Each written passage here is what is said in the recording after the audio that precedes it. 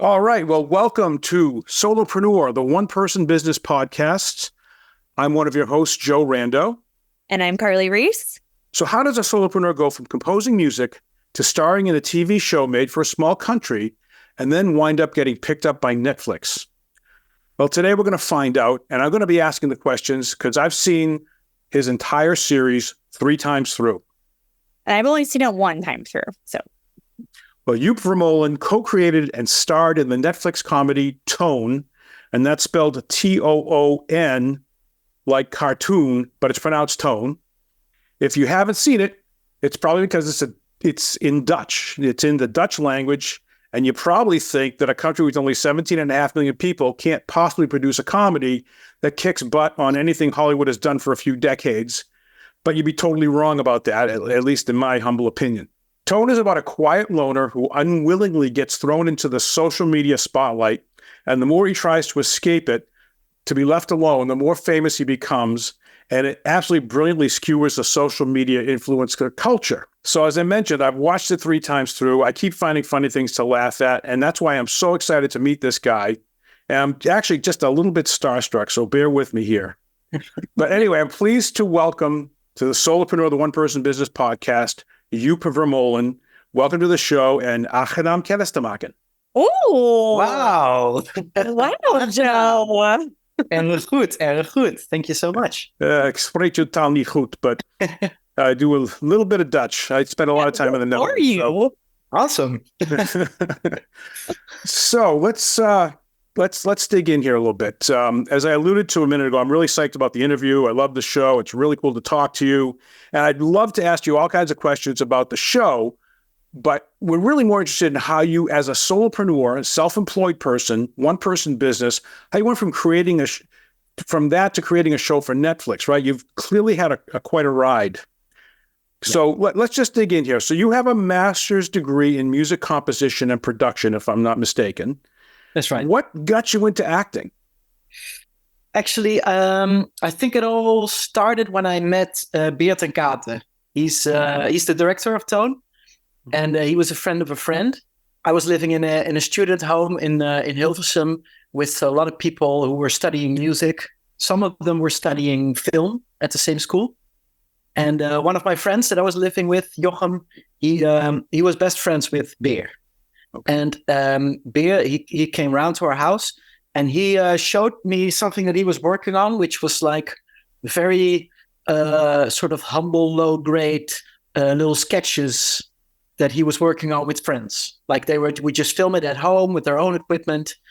And he had the idea to maybe later make it into like a drama comedy series. And I was a bit of a comedy nerd, and Beer and I really enjoyed the same stuff. And we just became friends. And when I saw what he was doing in Dutch, I had never seen anyone doing that kind of humor in Dutch. I thought it was really good, really funny. And I just had this feeling when I saw it. I felt I need to have something to do with this guy's work. And yeah, as you said, I was studying music at the time, and I would make music sometimes for films and documentaries and stuff. So I just sent him an email, and I said, I don't know why, I feel like I need to be involved in this project in any way possible. Could you maybe use me as a composer? Or maybe I could walk around in the background. And then he said, well, we're filming something soon, and we need sound to be recorded on set. Right? So he said, can you do that? Can you record sound on set? And I said, yeah, sure. Which was a lie, because I had no idea how to do that. But, fake it till you make it. Yeah, that's what I thought. Yeah. Turned out I wasn't able to fake it for very long because we were standing on set, and I was messing around with this little microphone. I didn't know how it worked. The end result is completely inaudible, by the way. But they were still trying to cast one last person in this show idea that they had. It was an idea about a few friends who were going to make a movie together. So we needed to cast like people that you have on a film set, right?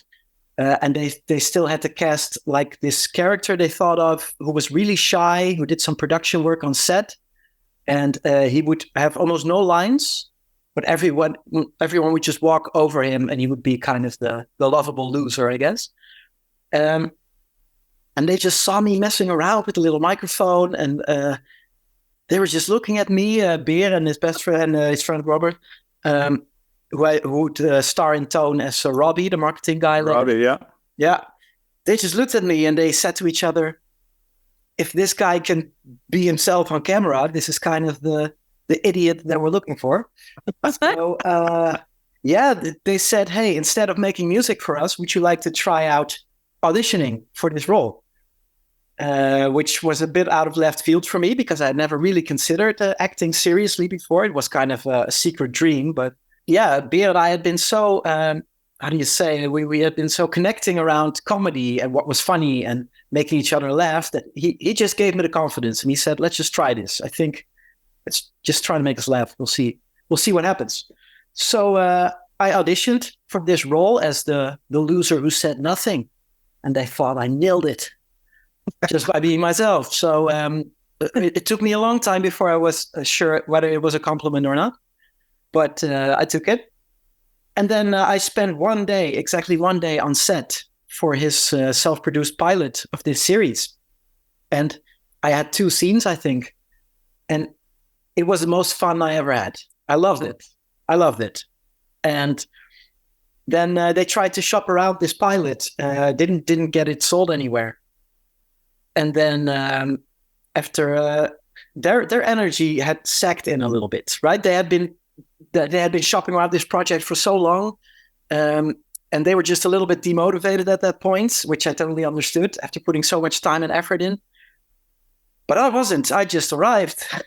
I was full of energy, so I was like, okay, let's come up with something new. What are we gonna do now? And then Beer and I spent some days just trying to think of new concepts. And I think the simplest concept we ever came up with is, what if we do it about ourselves? It's a show about ourselves and the everyday awkwardnesses we get into. Me being a composer who's very insecure about his own work. What kind of shenanigans do you get into? And that was the idea, really. That was the first idea of Toon.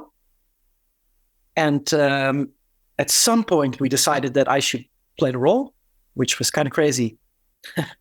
But that's how I ended up being an actor. Toon was the first project I acted in.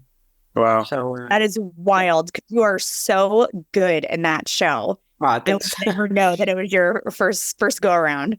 Yeah, thank you. Yeah, it was all. I mean, when we heard that we got to make the show, I said to Beer, should I get acting classes really fast now? Because I don't know what I'm doing, as you know. And he was really adamant. He said, no. He said, Joep, I know how your brain works. If you're going to learn about acting now, you're just going to get insecure and you're going to question yourself. And he just said, we're doing something here that works for this show, I think. He says, you're just going to try to make me laugh. I'll try to make you laugh. And we decided then to try to not take it any more seriously than that, really, in making it and not get lose sight of that. Like when we make it with our friends, if our friends think what we do is funny, then that should be that should be it. Right. And I think it was right because years later, I did do one acting class, which was a really good one, but it did make me pretty insecure as well. So I think he was right. I knew what he was talking about. Yeah. And imagine you could channel those insecurities into your character since he went so many things that he wasn't prepared for. I think that should be the lesson here. I don't think people should think, oh, okay, so you can just not be an actor and then act in everything. I think I had a lot of luck that I was able to put so much of myself into this role. Yeah, I think most of the work went into just forgetting the camera is there, but. As you can probably tell, there wasn't a lot of character work needed. It wasn't a very transformative role in any way. So it reminds me of the White Stripes. You know the White Stripes, the band? Mm-hmm. And she's a drummer, but she's not a drummer. Right. He doesn't want a drummer. You know, Jack White does not want a drummer. He wants her. Yeah, right. Which is, it makes sense. It's cool. Yeah, exactly. So I think you answered my next question, which is where the idea for the show came from. Unless, did you have anything you could elaborate on there? Like how did you, I mean, because you said it was yourselves, but really, I mean, not to give away anything beyond the first episode, but I mean, the concept here really focuses around Toon. His house is kind of invaded by his sister's friends for a party. and he doesn't want them there. Finally, they bug him to play music because they know he's a musician, and he sings a song about "Get Out of My House," and that gets recorded and put on YouTube and goes viral. So now he's not only being bugged by these people being in his house, but the next day finds out that he's a YouTube sensation. So how did that idea come about? How did you take it from just kind of your friends doing what they do to this? I mean, because really, when I look at it, I see a 2-season skewering of social media culture, and a brilliant one at that. So, thanks. I could tell you about that, because there was one very clear moment in which we found what the show had to be about. So the first time that we pitched the show somewhere to a network who didn't end up taking it, we got some feedback that I think was very fair, because at that point, the ideas we had were, okay, so I am Toon.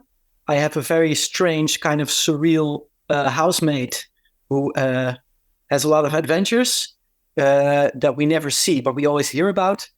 And the rest of it was just everyday awkward things that we would tell each other about our life, right? So it's me, Beert en Kaat, and Dirk van Pelt. We thought we kind of came up with the show. Dirk is the writer. So a lot of ideas were born from us just telling each other things about our life and our fears and awkward things we would encounter. So at some point we pitched the show, and that's what we had. Awkward guy, he's a composer, he has a strange housemate, he does everyday awkward things. So we pitched it, and we got as feedback, they said, okay, I'm sure it's funny, but what's the show about? Like, how do I sell this to my friends? It's the show in which this character, what happens? There should be a little bit more that happens. They didn't want the Seinfeld show about nothing idea. Right. they had already done that, right? Yeah, exactly. So we started thinking about it. We thought, yeah, they're probably right. But what also happened is they did say, you're very welcome to come back if you find your, how would we call it? Like, your edge. Yeah. The story, basically. Yeah. So they were kind of enthusiastic about what we had, which caused in me a huge panic attack. And I was very prone to panic attacks anyway at that time. But I came home and I thought, okay, the pitch went pretty well. We may be invited back. What if this actually works? Because that would mean that I would have to star in a TV show. And I've never done anything like that. I was also just in many ways a very, very insecure person at that time. I kind of liked my being anonymous. I didn't really, even socially, didn't like the limelight at parties and stuff. So I hadn't really considered that very well. So I got home, got a huge panic attack, and I decided I cannot be involved in this way. I should not. I would love to think about comedy ideas with these guys if they'll allow me, but I should not play this role. It's ridiculous. So I called kind of an emergency meeting with Beer and Dirk at the bar that we would always use to think of things. And I told them, guys, I'm so sorry. I just realized that what I'm getting into here is like my biggest fear. I'm going to be seen by all these people. I don't really want that. I don't know if I can do this. I'd rather be behind the scenes because, yeah, my face on screen is literally my worst nightmare. So then what happened is what always happens with these guys when I try to tell them something real. They say, we totally hear you, but that's what should happen to Toon. That's the show. I think that's the show. Because what should happen to our character is his worst nightmare. You're basically a version of this character. He should become famous against his will. And then the whole arc of the show, we suddenly had it. This guy needs to become famous, and he should not want it, and his whole hero's journey should be to not be famous anymore. This is the most meta thing I've ever heard. I know. It was hard for me to keep track of, like, what are my thoughts, what are Toon's thoughts? Yeah. But then that argument was so good that I thought, well, man, then I have to play it. If you guys still want me to play it, because it's so true. Yeah, it's so close to my own feelings, you know? But of course, there was also a big part of me that just let the fear rule, which I did a lot in my life. Of course, there was also a big part of me that did want to do this, you know? That was like, just being on set with those guys that first day and coming up with ideas of what the character could be. I never had so much fun doing anything. So trying to retreat was also kind of a heartbreaking decision. So yeah, they also opened the door for me, and they gave me so much confidence. They were like, "You can do this. We're going to do this together. But it's so close to your own story now. You have to do this." And then they promised me that I could have different hair, fake beard, glasses, which we never got around to doing. So yeah, that's how Awesome. the big idea of the show really was born. That is, I could never have imagined that this story would be that good. I'm glad I asked. Yeah. So you made the show. The show was made, I assume, by a Dutch television network. Is that fair? Yeah, there's like a telecom company called KPN, and they had this idea that they wanted to make their own shows, just like Netflix was doing at that time. So they were looking for new ideas that would fit. They had some pretty strange criteria, which just happened to match our idea. They wanted to make something for a young audience that involved music in some way, because I think they had kind of a partnership with something related to music. Well, our show was about a composer who would become famous through music. And so, yeah, it just fit. And we pitched it to a producer as like a really small web series. Like, we would need almost no money, just film it ourselves with our friends, put it online. And it just coincided with them getting this phone call from KPN, whether they had any ideas lying around or any things they wanted to pitch. And we had just called like the day before. So then our producer, they're called Newbie, and the head guy, Jeroen, good friend of mine, he said, yeah, we can do this as a web series maybe, but we could also try to pitch it as a full-on series for KPN. So we did, and we expected nothing because none of us had any experience in this.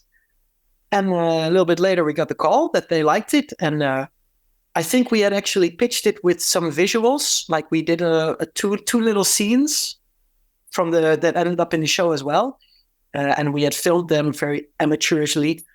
And then Newbie helped us to film one of those scenes again, but a little bit more professional. Mm-hmm. And with that scene in hand and some scripts, we pitched it to KPN, and they decided to make our show for 2 seasons. Yeah, so you have a panic attack.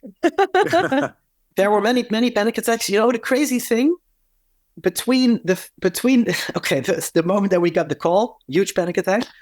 Between that moment and us doing all the pre-production, so coming up with the scripts and casting all the other actors, there were many panic attacks. Like by this time, they started calling it a paniekstoornis, like when you have like a syndrome, like a panic. I don't know what it's called. Okay, like it was a condition. It's called, yeah. Wow. Oh, so this is real. You're not using panic attack in a figurative sense. No. Okay, really. I apologize. I thought you were. Yeah, me too. I thought you were. No, it's okay.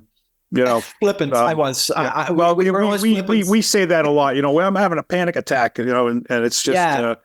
But so this is real world. Yeah. There's a name for it. You're right. I cannot think of it. It's a panic disorder, I think. Yeah. Anyway, no, but we use it to each other as well. We also when we're coming up with comedy, we tend to use the word death wish a lot. Like something really made us have a death wish, which sometimes makes people really concerned. And then we have to say, no, we don't mean literally. Like we're just so embarrassed we wanted to die a little bit.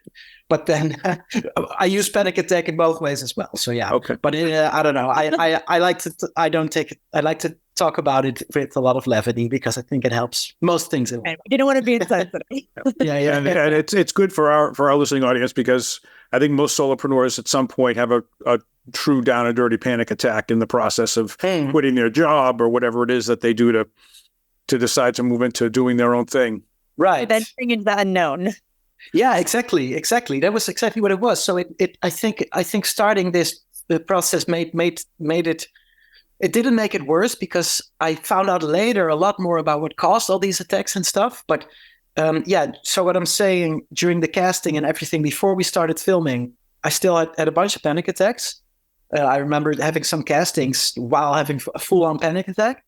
But the day before we started filming was the last huge panic attack I ever had, which is so crazy. The anticipation and the build-up, maybe? I think, man, it took it took so much time for me to wrap my head around this, because it sounds a little bit magical and stuff. And I'm not that spiritual or magical of a person. But what I think it is, I think the first time I was on set for the first real day of filming, which should have been the most intimidating, scary day of my life, maybe. I think I just felt that I was kind of in the right place and doing something that, and I felt so much trust from the people around me, and it kind of, something about it worked. I could tell from day one, something about it worked. I heard later that they had a whole plan B for, okay, what if this guy turns out cannot act at all or has constant panic attacks while we're trying to film? But yeah, so everybody was kind of hoping that it would work.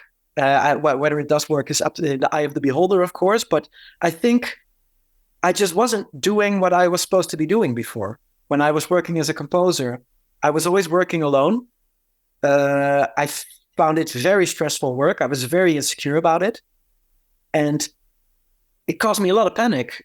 Looking back, I think that job caused me so much panic. And here I was doing something that was potentially a lot scarier, but it just felt so much more comfortable.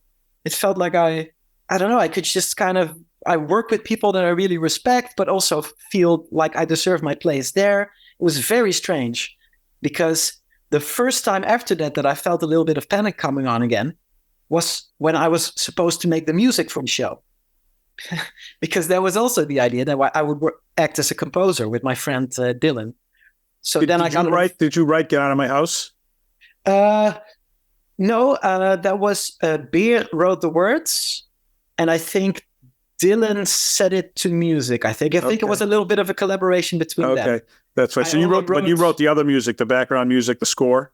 No, I was supposed to. That was the idea. And then I got involved in the casting and in the editing and all this, and in the acting and in thinking about scripts, all this stuff I knew nothing about, and I loved it all.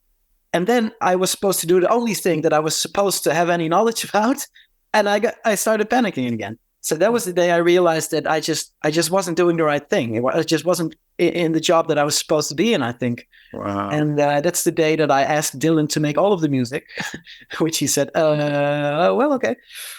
Which he did amazing job. I think I only ended up making 1 or 2 bits. There's one episode where Toon uses like sleeping medication mixed with alcohol, and he ends up having made some music that he cannot remember, and he has to pitch it to this big label boss, and it's the most insane music ever. That's the only music I ended up making, because I kind of formed that from a lot of stuff that I made during my Master of Music.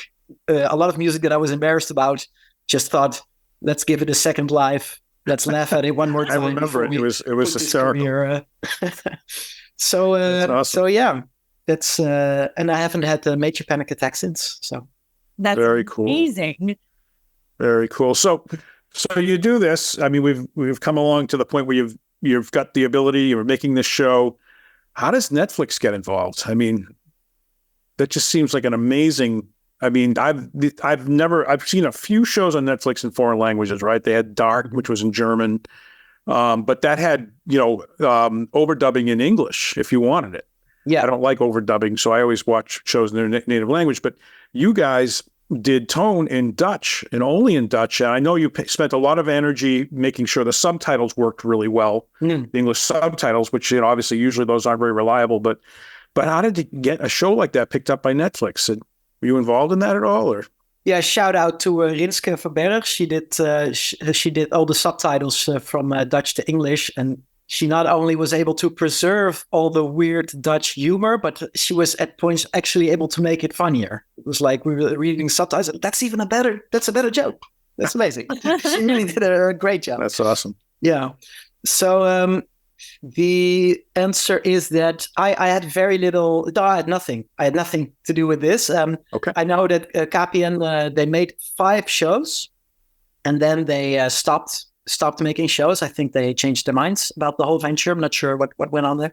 But then we saw, like, I think a year or 2 years after that, we were just, I don't know, Beer or me were watching television, and we saw one of these shows that they had made on another channel.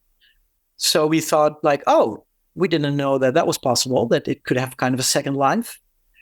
And I know that everything else happened between Jeroen, the producer from Newbie, and Netflix. I think he told this story, but it's too long ago for me to relay it. But I think he met someone at a party who just got this job, very high function at Netflix Europe, and they started talking about what he did, and this person happens to have seen the trailer for Toon at some point, and then remembered the show. It was like, hey, that trailer made me laugh. Whatever happened to that show? And then I think they watched it and they liked it, and we just got a call from Joep, who was like, let's go out to dinner. We said, okay. We haven't spoken to each other in a while. That's fun. And then he said, we went out to dinner, and he said, I have some crazy news. The show got picked up by Netflix. It's going to have a whole new release. And that's what we're celebrating today. And our minds exploded because we had never expected that to happen. That is great. Wild. Yeah. Gosh, I feel like I'm at a loss of words right now. I can't even imagine handling that kind of news. Yeah. Yeah, it was a lot. I was like, a panic attack? No, still no panic attack. That's strange. That was the weirdest part. Still no panic attack. Now, like, this is where I'm meant to be still. Yeah, apparently. Yeah. So you, obviously your career has developed very, let's say, organically, right? I mean, this wasn't some master plan you came up with when you were 8 years old. No. And if you had to point to some key decisions that you made over the course of going from music composition to being somebody that's, I know we'll talk about it in a bit, but you're doing some other new stuff in terms of acting and video and that kind of thing. But if you had to point to one or two key decisions that you made that kind of made it possible for you to kind of find your way into the career you were meant for, what would you point to? Anything in particular? Yeah, I think that first email to Beer was a big one. I always kind of think back at that. Just, I'm so happy that even though I wasn't really doing what I was supposed to be doing, and I wasn't necessarily feeling the best in my own skin, there was kind of a radar that picked up, I have to be involved in this. And I need to, it was an out of character email for me to send. Like, I'm not sure what, I'm not sure how, but I really want to be involved in your project somehow. And attaching myself, stalking Beer, basically, let's call it what it is. Attaching myself to this project and to this guy where I just felt like there's something here. And then once we started talking about comedy, I felt like we just kind of bring out something in each other that I think is worth a lot. And I didn't have the words back then to describe what that was. So I think I'm really glad that I wasn't my normal shy self at that moment and said, nah, never mind. Even though, of course, as I told you, there were some moments to follow in which I still tried to kind of retreat out of either modesty or insecurity. So maybe that was kind of a key decision. And also, I think to really blindly trust these people that I had found, Beer and Dirk. When they said, if they hadn't said so many times that they thought I could do this, I never would have thought that I could do this. Just, being an actor in a lead role in a serious production, there was no reason to think that I could do it. I mean, there was always kind of a nagging feeling that I would like to be able to do it. It was a kind of a secret dream, but I'm really glad that I took those guys' opinions about everything so seriously that I was also able to take their opinions about me seriously. So I thought, hey, if you think I can do it, let's just try it. And so if I can summarize it, you took a chance on something you thought that you wanted, and you trusted good people. I think those are two pretty good life lessons for kind of moving your career forward, for solopreneurs or anybody else. Yeah. So what kinds of things have you done? I know Toon was a few years ago. What kinds of things are you doing since then? We don't get to see them here in the US because I think you pretty much work in Dutch. Mm-hmm. But tell us a little bit about what you're doing, what it's about, and what you've done since then. Yeah. So when we started making Toon, it was basically 2 years just doing that. Like a season takes about a year to make. We made 2 seasons back to back. And we had a lot of involvement behind the scenes, which an actor doesn't always get to do. So I got to learn a lot about the whole creation process. I see it as one giant masterclass that I just got for free. It was really nice. So those 2 years, I basically only did that. And after we finished, I took a little bit of time to kind of assess what had happened in my life. It was also really crazy just to when it all came out, because we'd been making it in such a bubble. We only saw each other every day, kind of neglected my friends. And suddenly the show came out and people had opinions about it. And it was kind of a crazy thing to experience. And I really did not know what it meant for what I was supposed to be doing after that. I thought, okay, now I'm a composer who spent 2 years doing this super left of field thing. And now what?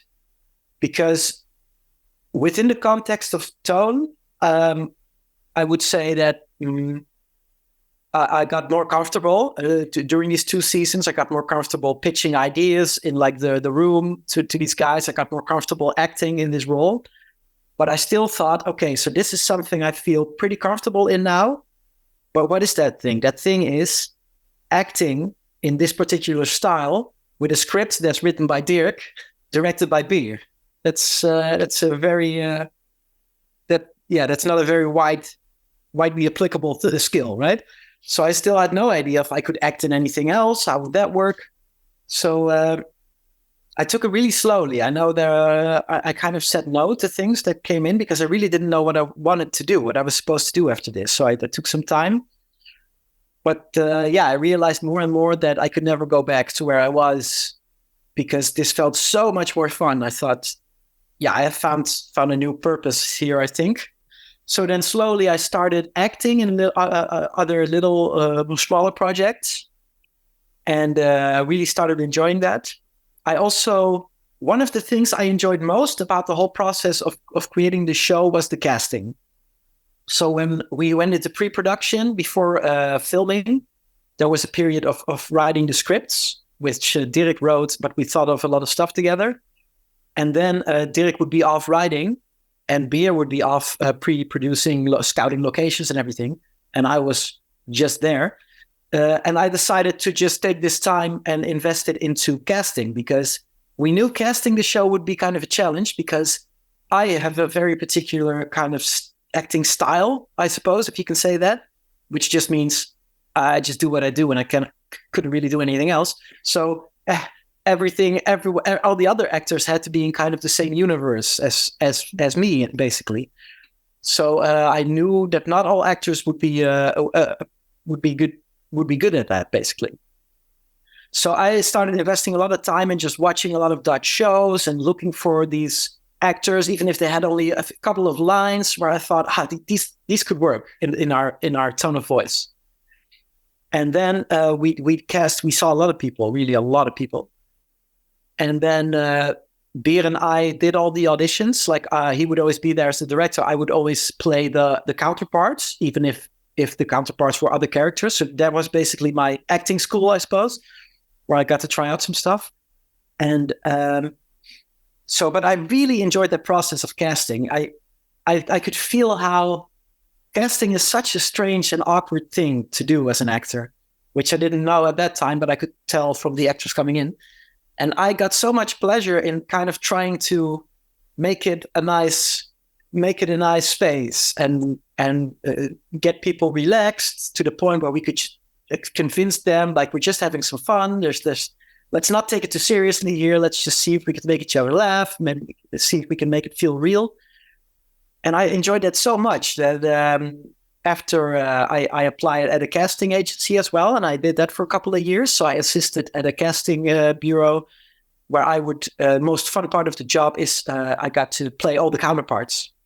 So that was another kind of free acting school for me as well, to see like 20 of like the great Dutch actors come in for the same role and acting opposite them, seeing how everybody would interpret it differently. It was a super amazing experience as an actor who's trying to learn more about acting, right?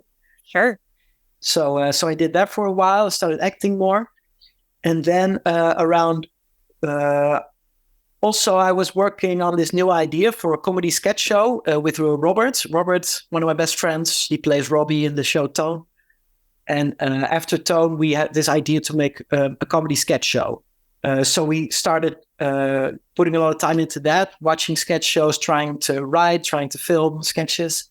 Is this called like 1,000% success? That's something that did kind of come out of that. Yeah. Okay. I saw that when I was doing some Googling the other day, but just go ahead. I'm sorry.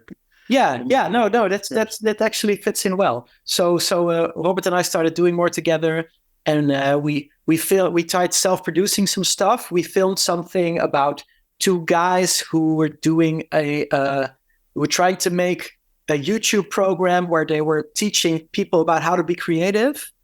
But then we played like messed up versions of ourselves, of two guys who obviously didn't have a creative bone in their body, didn't know what they were doing. And it got seen by almost nobody, but it got seen by one person from WeFilm, which is a really great production company. And they said, shouldn't we kind of try to get you together with another company so you could make this bigger? And they got us into contact with The Speld. The Speld is like a Dutch equivalent of The Onion, like what would you call that? There's a good word for it. If you like spoof the news. Yeah, it's called satire. Satire, yeah. So it's like a really great Dutch satire platform. And they kind of liked our videos, and they thought, how can we? And then together with them, we came up with something to make it sort of more relevant and like it would fit their satire thing. And one thing that was going on a lot at that point in the Netherlands is if you would watch a video on YouTube, you would get an ad before the video of just some guy who would tell you that you should quit school and you should give him all your money, and then he would teach you to become successful. We have somehow. Those. We have yeah like the success coaches culture. Good to hear that it translates. Actually, not that great to hear, but that's an opinion. So we thought, let's spoof that. So then Robert and I, we made this show together with The Speld. Also, Beer directed it again, and we wrote it together with The Speld of two success coaches that were desperately trying to be successful themselves. Obviously, again, no success in their life ever, and they were only just arguing with each other, but they were trying to keep up this veneer of success. It was kind of funny because it was during COVID that we did this, and we always ended every episode by saying we always had 3 tips to be successful in something, and the third tip was always come to our very expensive success event, which was kind of a running gag. But then we finished the series, and then COVID had hit. And we always said as a joke, like the Ziggo Dome is one of our biggest, our coolest venues in the country. We always said, come to our success event at the Ziggo Dome. But then we thought during COVID, Beer came up with the idea, Ziggo Dome is empty now. Maybe we can contact them and we could actually do this success event there. But the joke will be that no one shows up, so that we don't need any audience. So then we got to do like this special last episode where we were in a completely empty Ziggo Dome, and we did a 25-minute kind of live streamed success event where a small spoiler for the guys, because you can even watch it. It's all in Dutch.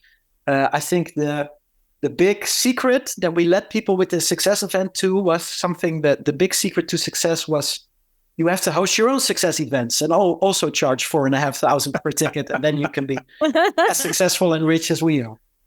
That's great. So it was just a little bit of a takedown of that culture that kind of annoyed us. So now you've done social media culture and success coaching culture. All right. Who's next? So that's the question. Well, I do have to say that in almost everything we do, I hope that you kind of recognize this in Toon, because we're actually usually not that good at and not that interesting in taking something external down, something that's outside of us. Like almost everything we do, we kind of try to take ourselves down a little bit as well, because I mean, these success coaches were a little bit of an exception. But then when we write these characters, we put a lot of our own insecurities and stuff into that, because I never find it that interesting in comedy to sort of point at something that's completely outside of yourself and say that's stupid or they're idiots or whatever. So that's very clear. It's very clear that you're embodying the thing that you are taking down. Right. Yeah. And there also always has to be a little bit of ourselves in that we can make fun of ourselves a little bit as well. Yeah. So what's next? Can you talk about what you're doing next, or? Bea and I are doing some. We just started working on like a new web series that we're self-producing. That's kind of about awkward dates, basically. I was in a relationship for a very long time, and then the last few years, for the first time in my life, I was not in a relationship. So I went on dating apps for the first time ever. I went on my first date ever, like 1.5 years ago, and experienced a lot of true cringe. So that, especially with myself. So that gave a lot of inspiration. So I'm working on several ideas now that incorporate a lot of the things that I experienced there. So we're doing a web show about this, about awkward dates. And I'm also starting up now, trying to do some stand-up. I did for the first time a year ago. I went on a stand-up stage for the first time. Did a few minutes. Then had to have about 6 months recuperating from the shock of that, because man, that is a scary thing to do. I'm sure it is. Mm-hmm. So I'm working on some new material, also about things that I experienced through dating and some other stuff. So I'm actually on the stage tomorrow for about, I think, the 4th time now. Wow. So it's scary and it's interesting to experience. I can tell you that. So you're definitely pushing out of your comfort zone, which is, awesome. And I'm going to have to start learning more Dutch because I want to watch these. But I can get some of the jokes, but I'm missing a lot. So you're not going to do those subtitles. What? When I was watching your show, I did notice there are so many words that we say in English that I didn't need the subtitles for. I never realized the similarities. What is this? Really? What is this? Yeah. Yeah. Oh yeah. Yeah. I guess a lot of it probably more than I realize probably sounds similar. Yeah. Yeah. And then people in Amsterdam have this tendency that most other people find very annoying, which I agree with, but I do it myself as well, where we've been so brought up on American and English shows and culture that a lot of English words just slip in when we're speaking. So this is considered to be pretty pretentious when you do it, which is true. But I do it. It happens. So maybe I think that happens in the show sometimes as well. Just when you can't find a word. It's, people in the Netherlands speak English better than a lot of people in the United States speak English. So that's my experience. But anyway, so we are basically wrapping up here. We always ask this, and I'm hoping that you saw this question. What is your favorite quote about success, you? Yeah, there was only one thing that kind of pops up in my head, and it's something I think about a lot. I don't want to misquote him, so I'm going to say I think Conan O'Brien kind of said it. I'm a big Conan O'Brien fan, and he said something about, he was talking about, this is the way I remember it, right? He was talking about success and how he ended up in being able to do what he did, what he's doing. But then his point kind of expanded to, I think what for him is also kind of the point of life as well.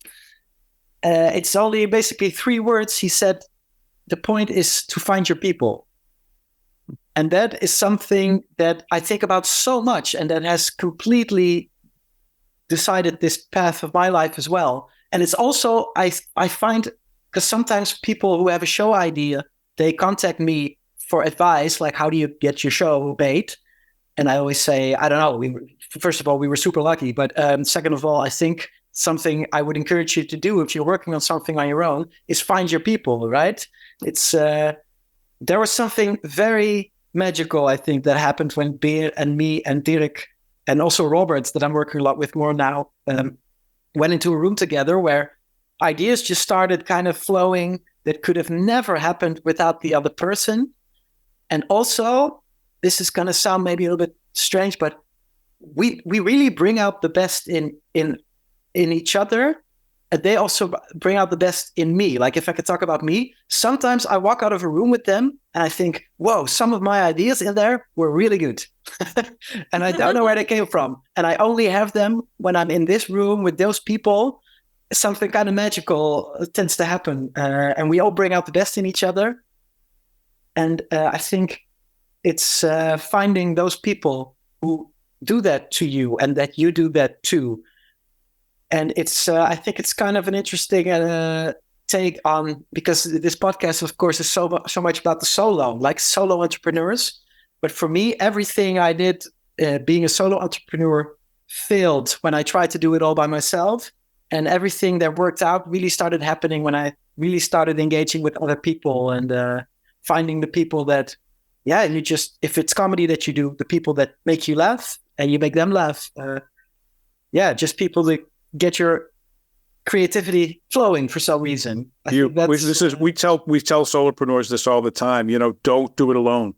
Yeah, you're in business for yourself, but find other people to help you, or you to help them, and it's so you're preaching to the choir here on that one. Nice.